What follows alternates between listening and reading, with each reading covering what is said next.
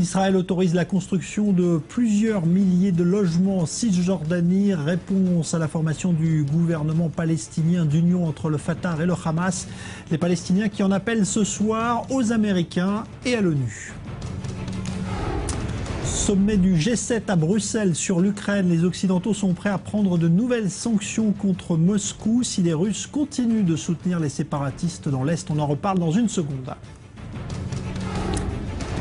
Concert événement des Rolling Stones hier soir à Tel Aviv devant plus de 50 000 personnes. C'est la première fois que le groupe de rock se produisait en Israël et ce malgré des appels insistants au boycott.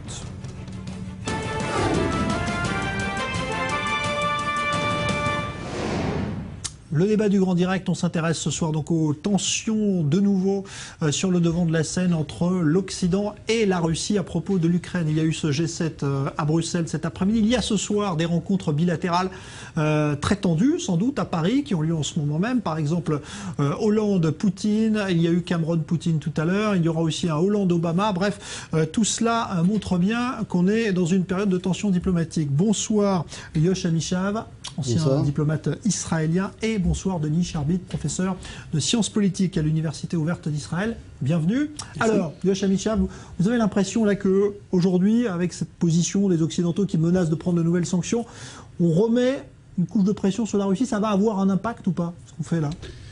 Écoutez, il est évident que le président Poutine, j'écarte tout de suite la comparaison qui a été faite par rapport à Hitler, qui me semble inadmissible et intolérable. Ceux qui ont la mémoire courte se référeront aux cérémonies du débarquement en Normandie demain, et je pense qu'on Prince Charles y sera d'ailleurs avec Poutine. Donc voilà. Bon, je pense que c'est une chose qu'il faut écarter, mais très certainement, Vladimir Poutine est une personnalité qui a une tendance très forte à l'autoritarisme.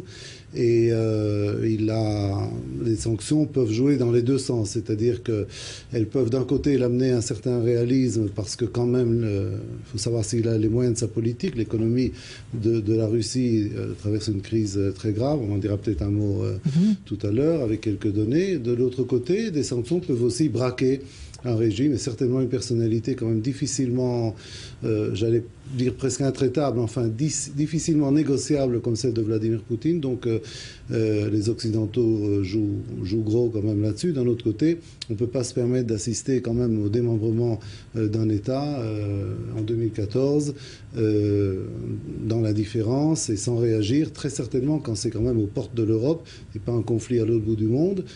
Donc ici, il faut trouver, comme d'habitude, le juste milieu. Pour le moment, la tension a l'air assez forte, puisque j'ai vu que le président de la République, François Hollande, est obligé de, si j'ai bien compris, de dîner deux fois ce soir. Donc, c'est pas bon pour la ligne, voilà, c'est bon pas pour la bon pour sa diplomatie. ligne, mais qu'est-ce qu'on ne fait pas pour sauver la paix en Europe? Alors, Denis Charbit, vous avez l'impression quoi, qu'on franchit un palier supplémentaire là? D'abord, la réunion du G7 était prévue comme telle, puisque initialement c'était les G8 à Sochi. Je crois que c'est à La Haye au mois d'avril qu'ils ont annoncé qu'elle n'aurait pas lieu. Et donc, en ce sens, on ne fait qu'appliquer ce qui a été décidé. Il n'y a pas un palier de plus. Je dirais que c'est quand même le conditionnel qu'on emploie. C'est dans la mesure où les Russes maintiendraient leur pression, etc. Donc ça reste finalement quelque chose de tout à fait, je dirais, c'est le minimum requis. Je dirais pas qu'on en fait tellement plus. On joue beaucoup dans le symbolique. Obama rencontre pas Poutine, on invite aux cérémonies de débarquement le président ukrainien nouvellement intronisé. Voilà, il y a une chose qui est claire. On n'ira pas à la guerre, en tout cas pas à ce stade-là. Bien sûr que si Poutine continue, là on peut pas ne pas imaginer un scénario plus militaire. Pour l'instant, on évite, on met ça de côté. Tout simplement parce qu'on apprend quand même des leçons récentes, à savoir que c'est très facile d'intervenir, très facile de déclarer une intervention, c'est bien plus difficile d'en sortir. La France en sait quelque chose au Mali, en Centrafrique, les Américains en Irak, en Afghanistan. Donc on fait le minimum avec effectivement l'espoir que cela puisse contribuer à assouplir la position de Poutine qui jusqu'à présent effectivement semble intraitable. Mais alors justement, est-ce qu'il faut le croire quand il dit, parce qu'il l'affirme, comme il l'a fait dans une interview à la télévision française, Poutine, non, je ne suis pour rien dans ces mouvements, je n'ai pas de soldats russes en Ukraine. Comment il faut interpréter cela? C'est du mensonge éhonté? Bon, ce ne sera pas faire de l'antipoutinisme primaire que dire que bon, on peut quand même mettre un certain doute, mettre un point d'interrogation quand même sur ces déclarations. Simplement, Poutine sait qu'on n'est plus à l'époque de Prague en 68, certainement plus à l'époque de Budapest en 56. Donc aujourd'hui, on fait les choses autrement. Mais bon, c'est quand même des recettes un petit peu, je dirais, éculées quand même de faire agir ces partisans, de créer une situation de tension et puis de dire je suis obligé d'intervenir parce que pour les protéger parce qu'ils sont persécutés et leur vie est en danger par le même pouvoir qui est remis qui est mis en contestation par les gens que Poutine fait agir. Donc, bon, je crois que là, c'est un Donc, il y a les manœuvres exercice. russes, pour vous, c'est clair. Oui, ouais. Oui, c'est absolument évident. On peut pas nier que, probablement, chez Vladimir Poutine, il ne faut pas être un expert de renommée mondiale sur la Russie pour le savoir, il y a un retour un peu des vieilles aspirations grand russe, pas dire qu'il veut incarner une espèce de personnage de tsar qui veut restituer à la Russie sa place, disons, de grande puissance comme elle a pu l'avoir jusqu'à assez récemment. Aujourd'hui, je le répète, c'est un pays en crise très grave. Le rouble est au plus bas depuis 2008. Il y a eu il y a 42 ou 43 milliards d'euros qui se sont évaporés de la bourse de Moscou depuis le début de la crise de Crimée et puis en Ukraine. Il y a une déclaration assez retentissante, peut-être qui se repent de l'avoir faite du vice-ministre russe de l'économie, qui a reconnu au mois de mars situation de crise dans l'économie soviétique. Donc ce que je disais tout à l'heure, c'est de savoir si la Russie a les moyens de sa politique. C'est très bien de vouloir restaurer l'honneur un petit peu déchu, il faut le dire, de la Russie sur la scène internationale, de vouloir reprendre des cartes en main, de dire voilà, je suis là et j'ai mon poids. Mais d'un autre côté, il faut assurer derrière, et avec une croissance qui va frôler les 0% cette année-ci, des sanctions internationales peuvent faire quand même très mal. Ouais. Pensez que ça peut faire plier Poutine? Est-ce qu'il est affaibli aujourd'hui? Oui, je pense que ce que les Européens, qui sont quand même des experts en diplomatie, devraient d'une certaine manière reconnaître qu'il y a un problème russe en Ukraine. Je veux dire, à partir du moment où il y a des minorités importantes qui peuvent parfois être dominantes dans certaines régions, il est vrai qu'il faut pouvoir trouver une manière de négocier. Là, ce qu'on a condamné, c'est bien entendu la forme. Je veux dire, on a fait un référendum manu militari. On voit d'ailleurs dans la déclaration de La Haye une demande à l'Ukraine et au nouveau président ukrainien d'avancer sur les réformes constitutionnelles pour permettre plus d'autonomie à la minoritarisme, pour lui donner plus de garanties. Ça me paraît tout à fait jouable. Le principe de l'autodétermination dans le cadre d'une autonomie peut tout à fait être entendu, et même des Ukrainiens, mais pas par la manière forte par laquelle ça a été fait. Et en ce sens, je crois que les Européens doivent tenir cette ligne-là. Commencer par tirer parti justement de la faiblesse de l'économie russe pour essayer par ce biais-là de rendre raison à la Russie et éviter bien entendu la confrontation militaire qui n'avancera rien. Mais je pense que il n'est pas exclu qu'on arrive à une situation où effectivement c'est le premier des deux qui clignera qui devra dégager en quelque sorte, et là-dessus les Européens pourront peut-être être amenés à devoir manifester plus de fermeté.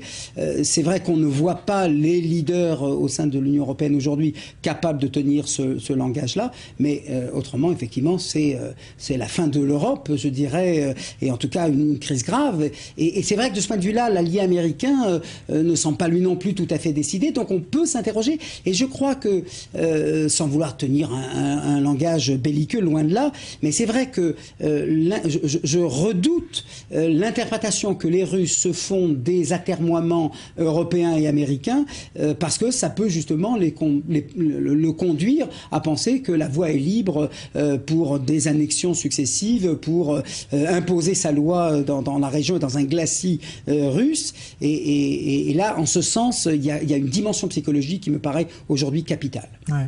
Vous êtes d'accord là-dessus sur Tout à fait d'accord, parce qu'on voit bien que des pays comme la Pologne, par exemple, suivent avec grande inquiétude. Ils ont trinqué, si je peux dire comme ça, historiquement suffisamment par rapport, ça remonte au temps des tsars et puis sous la Russie soviétique, certainement pas envie d'en reprendre, et ils sont extrêmement attentifs de voir comment l'Europe occidentale, comment les États-Unis vont juguler cette menace russe. Et puis il faut voir que dans beaucoup de pays d'Europe orientale, les frontières ont tellement bougé dans cette région-là dans les 150 dernières années.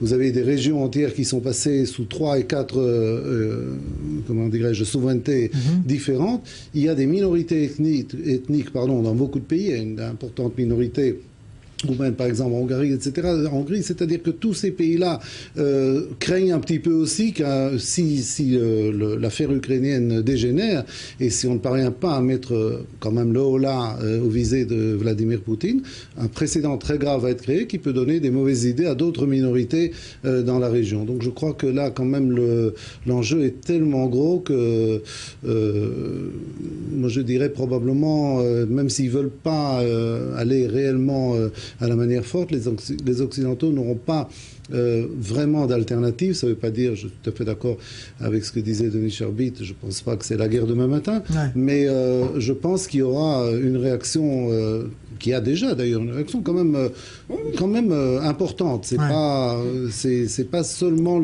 pour moi le service minimum. Je pense qu'il y a quand même des choses importantes qui sont faites. Ça peut s'aggraver si Vladimir Poutine ne revient pas à de meilleurs sentiments. Et je le répète encore une fois, il doit avoir un œil quand même sur le portefeuille parce que ce genre de crise avec le monde occidental coûte très très cher.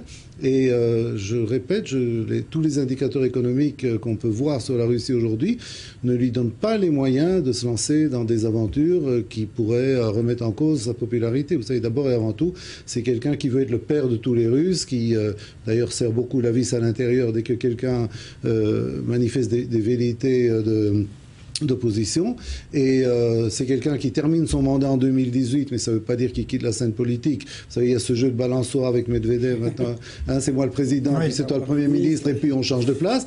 Il n'a certainement pas envie de rentrer chez lui, donc c'est un homme encore assez jeune, il a un certain bon avenir devant lui, donc il a aussi un œil sur ses sondages de popularité. Je crois que le peuple russe, une fois la grande vague de fierté nationaliste comme ça, parce que c'est toujours évidemment, on fait flotter le drapeau, on fait défiler les soldats, ça prend toujours, mais à un certain moment, quand ça va finir par coûter au portefeuille, je pense qu'il peut avoir aussi un prix politique à payer, et je suis certain qu'il est très attentif à ça. La question, c'est quelle concession la Russie demandera-t-elle si elle cède sur l'Ukraine et si elle calme le jeu? Est-ce qu'elle demandera... Parce que c'est là où Obama est un peu floué, parce que c'est là où les choses sont liées, on ne peut pas ne pas lier les problèmes. Mais après tout, si le problème syrien s'est entre guillemets résolu comme il s'est résolu, c'est parce que d'une certaine manière, Obama a lâché. Et d'une certaine manière, c'est ça qui devrait lui rappeler, c'est que le laisser-faire qu'on a autorisé les Russes de faire dans cette zone-là, dans cette région-là, devrait pouvoir être compensé par une attitude plus souple sur la question européenne. Et je crois... Alors, ça, c'est une première concession, mais quelles sont les autres concessions? Ce ne sera pas simplement en échange de l'arrêt des sanctions, puisqu'elles ne sont pas aussi fortes que cela encore aujourd'hui. Nous reviendrons à la case départ.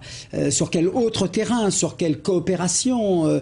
Il y avait des projets de déploiement de missiles et de bases de renseignement en territoire polonais que l'OTAN pourrait, ou que les Américains pourraient congeler ou reporter. Si on veut trouver une solution, on peut la trouver. Moi, je reste convaincu que, en définitive, les gens voudront... les pays, oui, voudront trouver une solution. Pour l'instant, ça a été surtout des sanctions symboliques, oui, des visas retirés. Là, on voit, par exemple, sur l'affaire de la vente de bateaux militaires par la France à la Russie, qui irrite fortement Obama, on voit qu'il y a des limites quand même à tout ça. Les Français veulent faire ce marché quoi qu'il arrive. Bien sûr, parce qu'ils ont leurs intérêts économiques, eux aussi, leur croissance, leur situation économique n'est pas reluisante. Je dirais même d'ailleurs que politiquement, là pour l'instant, de manière très pragmatique, cette crise profite à François Hollande. Le fait qu'il puisse apparaître comme une sorte d'intermédiaire entre les États-Unis et la Russie, attendez, De Gaulle de sa tombe doit applaudir ce soir. Je veux dire, c'est exactement le rôle que la France a toujours voulu exercer et qu'elle exerce. Il faudra voir effectivement les résultats immédiats ou à court terme. Mais je veux dire, c'est là justement où la question économique est toujours un peu problématique, parce que quelque part, la Russie, c'est pas l'Irak. La Russie, quand même, elle a des échanges et des échanges réciproques. C'est important. Il peut y avoir des équilibres, des excédents commerciaux, mais en gros, les uns ont besoin des autres. La fermeture du marché russe est une chose inconcevable pour l'Europe. Et donc, c'est pour ça qu'il faut penser non seulement en termes de concessions de type économique, mais de concessions diplomatiques. Sur quel autre terrain Poutine pourrait-il demander sa part en échange si effectivement il accepte d'aller à une négociation qui tiendrait compte des sentiments pro-russes en Ukraine, sans pour autant qu'il y mette le poids qu'il y met aujourd'hui. Quelques secondes, Jean-Michel, là-dessus. Oui, écoutez, simplement, on peut rappeler que Poutine a pris un engagement par rapport à ses électeurs, un engagement quantifiable. Il a promis que jusqu'à la fin de son mandat en 2018, il doublera les salaires des enseignants et des médecins dans toute la Russie. C'est quand même joué assez. Oui. Je veux dire, pour ça, je le répète, il faut des ressources, il faut un compte en banque national, il faut qu'il puisse se faire sans déséquilibrer, sans mettre à plat son économie. Je le répète encore une fois, aujourd'hui, et c'est pas, encore une fois, c'est pas du marxisme d'occasion, mais je pense que les facteurs économiques vont quand même ramener beaucoup de monde à la raison. Et la bonne nouvelle pour Poutine, peut-être, en conclusion, c'est que on est à quelques jours de la Coupe du Monde, la Russie participe, et croyez-moi, le meilleur dérivatif pour calmer les colères populaires et les opinions publiques un peu excitées, c'est toujours le football.